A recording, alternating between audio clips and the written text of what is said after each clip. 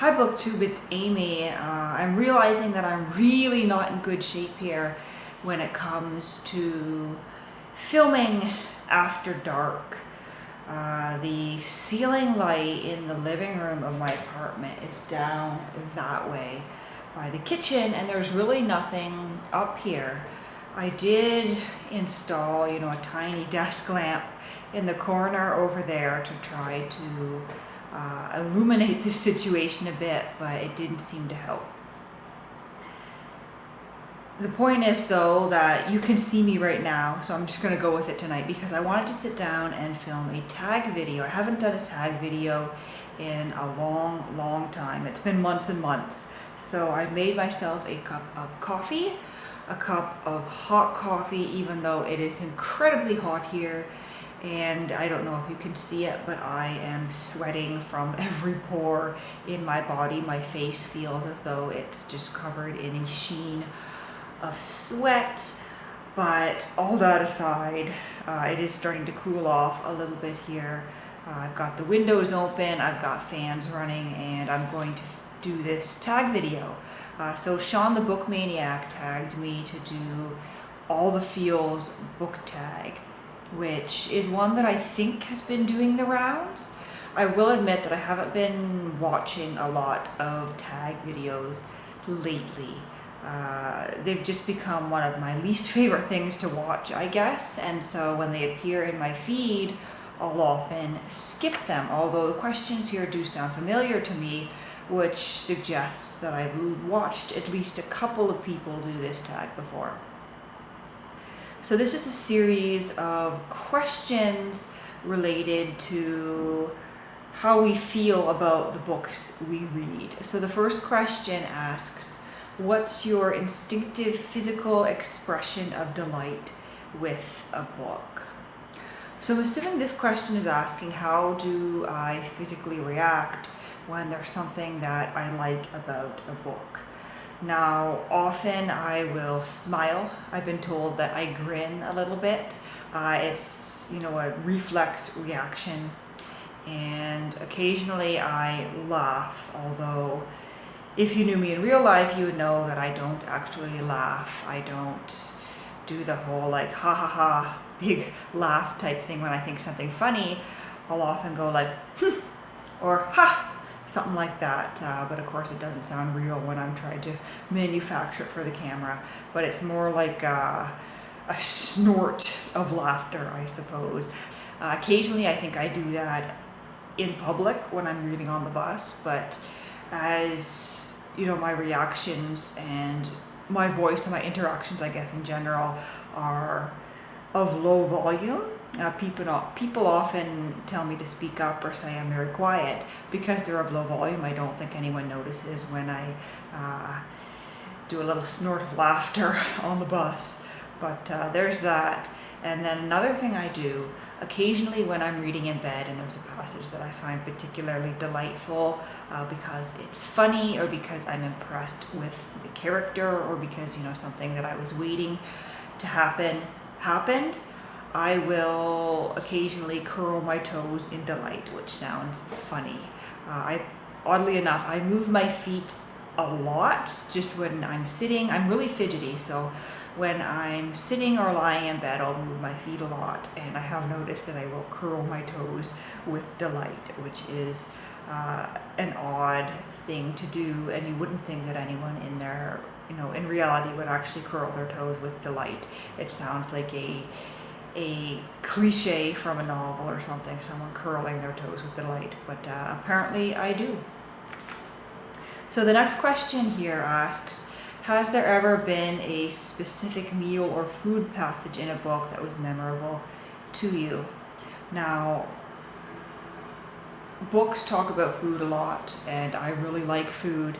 So there are many books and many passages that come to mind here, but one that comes back to me again and again, especially when I'm preparing dinner or thinking about dinner, when I'm thinking about saving money and thinking about dinner, I often think of, in Simone de Beauvoir's memoir, she talks about being a student, and sometimes after a day of studying, or later on when she became a teacher, after a day of teaching, she would get back to her rented rooms and have nothing but a cup of hot cocoa for dinner, and that would be sufficient for her.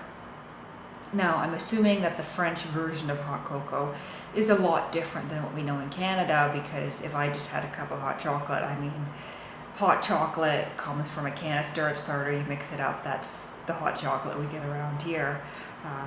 That wouldn't be substantial enough, but I'm imagining the hot cocoa that she would have been drinking back in, the 1930s, 1940s would have been something more substantial. So it's probably slightly different, and so it would have made a meal for her. But it's slightly, it's indulgent to have nothing but a cup of hot cocoa for dinner, but at the same time, it's also very frugal and very, very much something that relates to self-discipline, to do nothing but drink a cup of hot cocoa for dinner, whether it's to save money or because you have nothing else, to eat and you don't want to go out again. And she would go back to her rented rooms, have this cup of hot cocoa for dinner, and then proceed to read quite often for leisure. And that's always stuck out to me. And so often I think about, when I have hot cocoa, I think about her. And as I said, when I'm thinking about having a frugal dinner, I often think about her sole cup of hot cocoa. So question 3 asks, what was the first and most intense memory of seeing a scene/passage clearly? So in terms of seeing a passage clearly, so this was not the first or, the most prominent, but reading Proust, he's definitely someone that helps you to see a passage clearly. And I want to read a little bit of Proust here for you. I've got the book back here. I'm trying not to cause an avalanche, because I did cause an avalanche before I turned the camera on. I'm just going to read for you the first bit of the first paragraph of In Search of Lost Time. So this is Swan's Way. And you'll note this copy looks unread because it is unread. I purchased this after I had read Swan's Way, because I originally read the first volume here as a library copy. And so, of course, when I started reading Within a Budding Grove, I felt the need to pick up the first copy so that I would have the complete set, and of course have volume 1 to reflect on and to return to. So this is part 1, and it's called Cambrai. And our narrator says, "For a long time I would go to bed early, sometimes the candle barely out, my eyes closed so quickly that I did not have time to tell myself I'm falling asleep. And half an hour later, the thought that it was time to look for sleep would awaken me. I would make as if to put away the book which I imagined was still in my hands, and to blow out the light. I had gone on thinking while I was asleep about what I had just been reading, but these thoughts had taken a rather peculiar turn. It seems to me that I myself was the immediate subject of my book, a church, a quartet, the rivalry between Francois I and Charles V. This impression would persist for some moments after I awoke. It did not offend my reason, but lay like scales upon my eyes and prevented them from registering the fact that the candle was no longer burning. Then it would begin to seem unintelligible, as the thoughts of a previous existence must be after reincarnation. The subject of my book would separate itself from me, leaving me free to apply myself to it, or not, and at the same time my sight would return, and I would be astonished to find myself in a state of darkness, pleasant and restful enough for my eyes, but even more perhaps for my mind to which it appeared incomprehensible, without a cause, something dark indeed." So he's describing here that state of being disoriented when you've fallen asleep without intending to fall asleep, or when you're in that half awake and half asleep state, which causes you to not be entirely sure about the lines and the borders between reality and imagination, between who you are and who you're reading about, between the past and the present. And so for me, that's a scene that I can see very clearly. I think I would assume that most of us have had a moment in our life at some point where we've fallen asleep, perhaps in an afternoon, perhaps in early evening, and we wake up hours later and it's dark and we don't really know sometimes where we are, or at the very least what time it is and what day it is. We wake up and perhaps see that the clock says it's 7 and we think, oh no, it's 7 a.m. I've got to rush off to work, and then you remember that it's actually 7 p.m. because it was, a Sunday afternoon or a Saturday afternoon, and you fell asleep in your bed with your book, or on the couch with your book, or something along those lines. So question 4 says, when was the last time you slammed a book shut or threw a book out of rage, disgust, or frustration? I don't typically throw books or, rage outwardly about books, but I have DNF'd a couple of books out of frustration and boredom. One book that I did DNF recently was War and Peace, and it was a DNF for a second time. I think it was last fall, or perhaps earlier this winter, I had been attempting to listen to War and Peace on audiobook, hoping that would finally help me get through it, because a few years earlier I had barely made it 200 pages in when I DNF'd it out of utter boredom. And this time, listening on Audible, I made it about 2/3 of the way through before once again I succumbed to the boredom of it all and DNF'd it once again. So that wasn't rage, but it was discontent, so to speak. And we're getting sirens outside, but there's no way I'm closing the window because it'll become even more of an oven in here. Question 5 asks, have you ever been startled by a passage in a book that wasn't a thriller, suspense, or horror book? I don't believe I have. I don't get startled easily, especially by fiction. And the one moment when I was startled that I can think of, it was when I was reading Emile Zola, and I was startled only because I didn't know what type of novel I was getting into. I hadn't done any research on Emile Zola, so I didn't know that although his novels at first appeared to be romances or something of that sort, he actually wrote thrillers and suspense novels. So when a jealous woman decides to derail a train, it may surprise you if you don't realize that you're actually reading a thriller. Emile Zola. Definitely not what I was expecting when I first began to read him. And I think I've only read 2 books by him, and both of them I found a little bit on the absurd side, but that's because they were indeed, thrillers. So the next question asks, what was the last time you laughed out loud or at a book? The last time I laughed out loud or at a book. Today, actually, I've been reading the book that's behind me on the shelf here, The Secret Lives of Somerset Maugham by Selena Hastings. And there was a moment in here where the author was talking about where he perhaps got some inspiration for a number of scenes that happen in his writing. His wife, who this book makes her out to be quite a horrible woman, someone who is very incompatible, someone who in fact committed insurance fraud in this case. It all relates to a necklace here. So while W. Somerset Maugham was traveling, he picked her up a jade necklace. And eventually, when she was in France, she claimed that it had been stolen from her while she was in the Louvre. And of course, they got insurance money for it. A little while later, this necklace appears in a pawn shop in France. And the owner of the pawn shop says that it was indeed his wife who sold the necklace to him. And so she obviously made out that it was stolen to get that extra insurance money. But Somerset Maugham found it to be quite a betrayal. And so the author here theorizes that he used necklaces throughout his fiction to signify betrayal.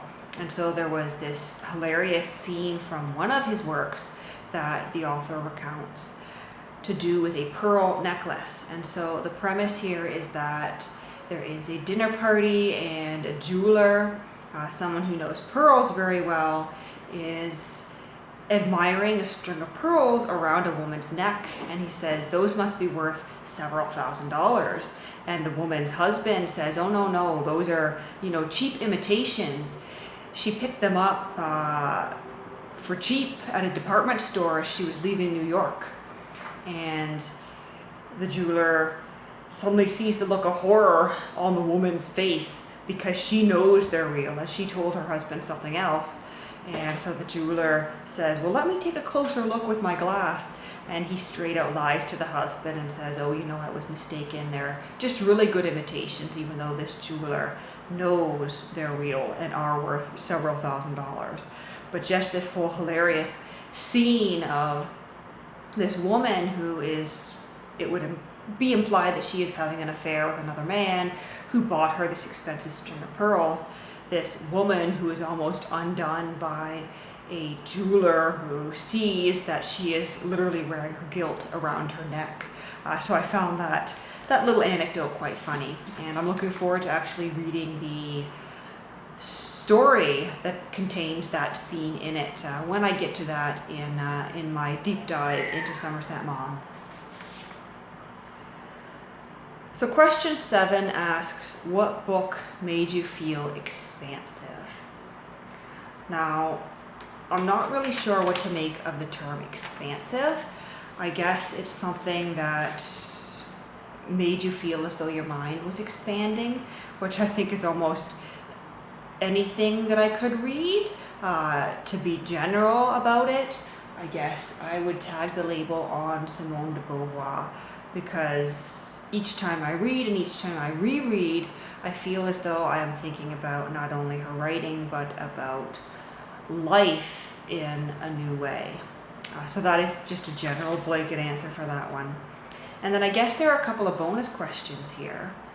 So one of the bonus questions asks that I read a passage that made me feel and tell you what I felt. So I'm going to pull back from here my copy of Suzanne by Canadian author Anaïs Barbeau-Lavalette, translated by Rhonda Mullins here. This is a novel that came out earlier this year, and it was a 2019 selection for CBC's Canada Reads. And it's one that I really enjoyed, partly because it takes place partially in Ottawa and Montreal, and I'm a sucker for a Canadian setting because it's something I recognize, and partly because the writing is so beautiful, but also partly because it is about several women, a woman who is reflecting on her grandmother's life, the grandmother who she never really knew. It's about these women and their way of dealing with the complexities of life, of what it means to be a woman and what it has meant to be a woman, and with freedom and the creation of art. But there's this interesting scene where the narrator is imagining how her grandmother must have felt after visiting Montreal for the first time, where she had an expansive experience, to refer to that last question there. So I'm going to read you this passage here because it is one that made me feel, I guess, a part of something, made me feel as though I am continuing on with, I guess, a legacy of women who travel places and build lives. So here on page 62. On the train back to Ottawa, you feel as though you are the only one moving and that everything else is standing still. The night outside is deep and radiant. You have Marcel's hypnotic drawing tucked in your pocket. You have a geyser in your stomach, and there is nothing around you to stop its gushing. You knew nothing about Montreal, aside from Hilda Strike, the snippets from Duplass. You still don't know much more than that, except that a door has opened onto bodies in motion, bellowing in a cloud of smoke, sipping and sharing wine, reflecting on arcane, appealing shapes. These people have rekindled your interest in others. You were an island, and now you feel you might have a country. I guess in short, it's a beautiful little snippet about the creation and realization of identity, which is something that I like to think that I can relate to. So there's that. And then finally we have here the other bonus question, which asks, what was a specific sense memory that a book evoked in you? So in W. Somerset Maugham's novel, Cakes and Ale, that I read recently, he talks about learning to ride a bicycle. And reading that passage about learning to ride a bicycle, I thought about my own childhood and about bicycling, and one specific incident where I wiped out on some gravel on the edge of a farmer's field, and I remember the stinging of my hands. I had scratched them all up in this gravel. I had bits of gravel just like in the palms of my hands, and my dad took off his bicycle riding gloves and gave them to me to sort of protect my hands while we went home, because he didn't have bandages on him, but just a distinct memory, sensory memory that came to mind, that stinging of the palms and the heat of the day, also the vastness of the farmer's field, cornfield, I believe, from my childhood evoked in reading that passage about the narrator learning to ride his bike. So because I haven't really been staying in the loop with this tag, I'm not sure who's done it and who hasn't. I guess the general gist will be that if you're seeing this and this seems like something you want to do, then consider yourself tagged and go ahead and do the tag. I always feel a little bit guilty when I'm not tagging specific people because it feels like a bit of a cop-out, but I think I'm just going to go ahead and say everybody is tagged. Thank you, Sean, for the tag. I guess I'm going to call it a night here. Actually, one more thing before I go here. I'd like to hear a little bit about how people express their instinctive physical expression of delight with a book. I'm sure there's a lot of people watching here who aren't booktubers or aren't going to do this tag. So I'd like you to leave in the comments, how do you react physically to delight in a book? Any more toe curlers out there, or am I alone in that?